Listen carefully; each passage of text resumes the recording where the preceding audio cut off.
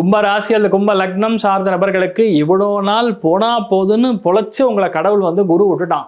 பஞ்சமஸ்தான குரு உட்காந்து பார்வை பலத்துல பெரிய வரக்கூடிய கண்டங்கள் பெரிய பிரச்சனைகள்லேருந்து தவிர்த்து ஓரளவுக்கு மேனேஜ் பண்ணக்கூடிய கெப்பாசிட்டியில் வந்துட்டீங்க.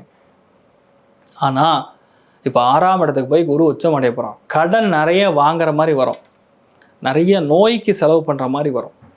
அதுவும் நீரிழிவு நோய், டயபெட்டிஸ், நிறைய பேருக்கு இந்த ரத்தம் சம்பந்தப்பட்ட பாதிப்புகள், ஒரு சில பேருக்கு பார்த்தீங்கன்னா சொல்ல வேண்டியது இந்த ஹெல்த்தில் இருக்கக்கூடிய பிரச்சனைகளால் செலவு, இதெல்லாம் கண்டிப்பாக வரும்.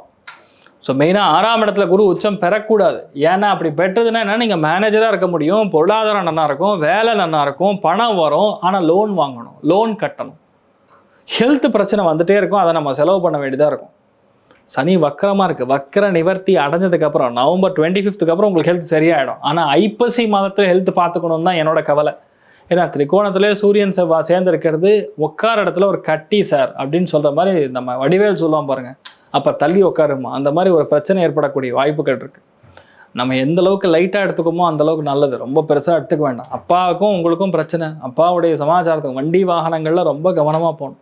இருக்கிற வேலையே போகிற மாதிரி சுச்சுவேஷன்லாம் வரலாம். ஏன்னா நமக்கு எதிர்பார்க்குறதுனா ராகு கேது போய் எப்போ லக்னத்துக்கும் 7ஆம் இடத்துக்கு உட்காரதோ ஆட்டோமேட்டிக்காக வேலையில் சில பிரச்சனைகள் கொடுக்கலாம்.